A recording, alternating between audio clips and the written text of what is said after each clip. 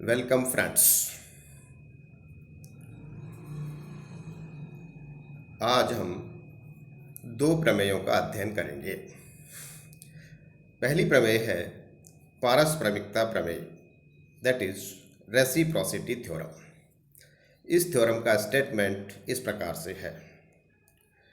द्विपार्श्विक रैखिक प्रतिबाधाओं से युक्त किसी भी सक्रिय जाल के किसी एक पास में लगे वोल्टता स्रोत के कारण जाल के किसी दूसरे पास में I धारा प्रवाहित हो रही हो तो वोल्टता स्रोत को दूसरे पास में लगाने पर पहले पास में I धारा ही प्रवाहित होती है।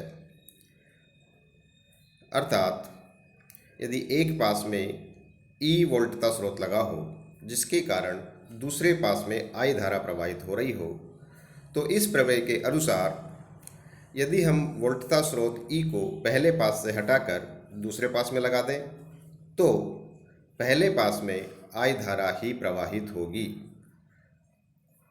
कई बार हम इसे ऐसे भी कहते हैं कि दो पासों के बीच वोल्ट मीटर और एमीटर की स्थितियों को आपस में बदल सकते हैं।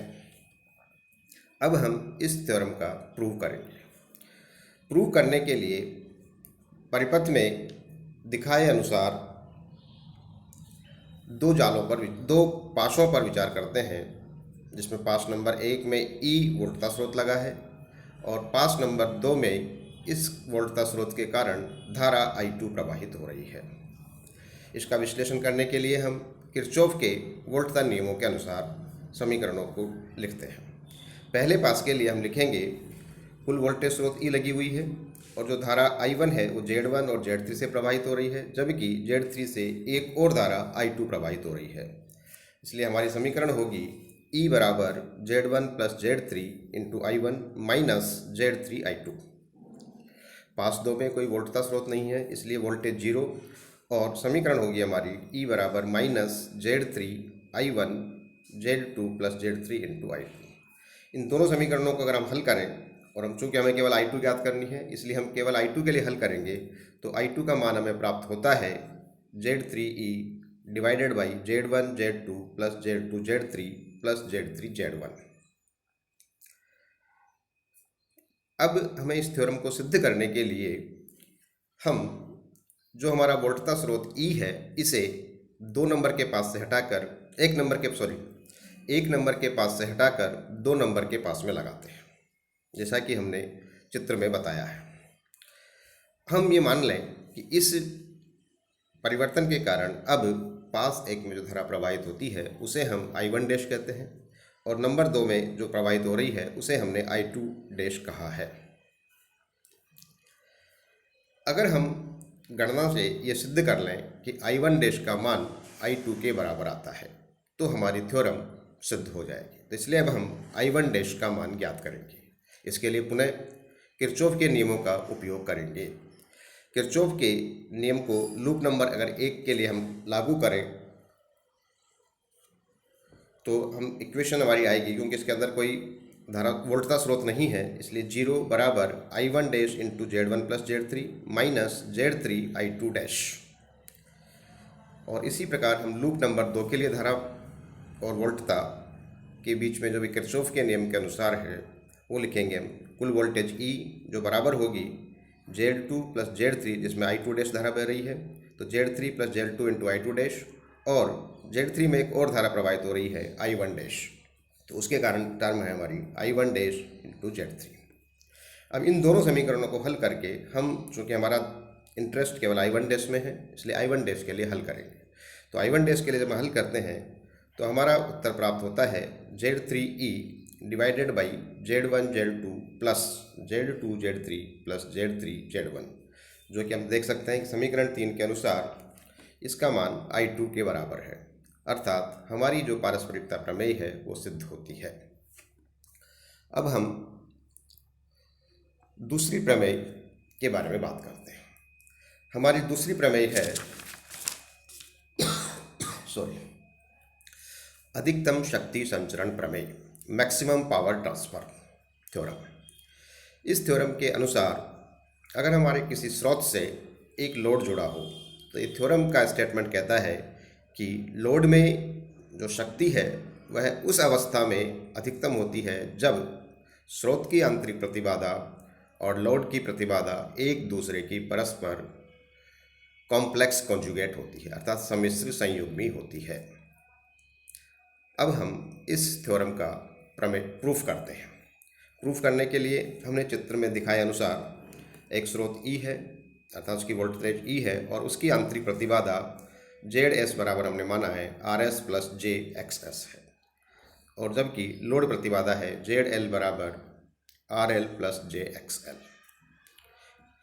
R रेजिस्टेंस है, जबकि X रिएक्टेंस वाला पार्ट है जिसमें प्रेरकत्व या धारित्य पार्ट या दोनों हो सकते हैं।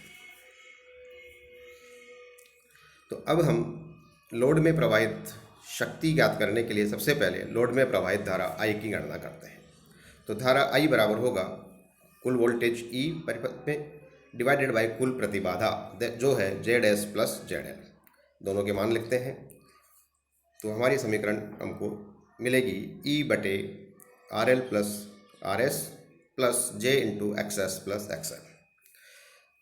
चूँकि हमारी प्रतिबाधा में रिएक्टेंस पार्ट है इसलिए इसमें कॉम्प्लेक्स प्रतिबाधाएं हैं, इसलिए अब हम शक्ति निकालेंगे तो शक्ति का मान I स्क्वायर R लिखने के बजाय I के मॉडुलस स्क्वायर R लिखेंगे। तो शक्ति P बराबर होगी I मॉडुलस स्क्वायर RL।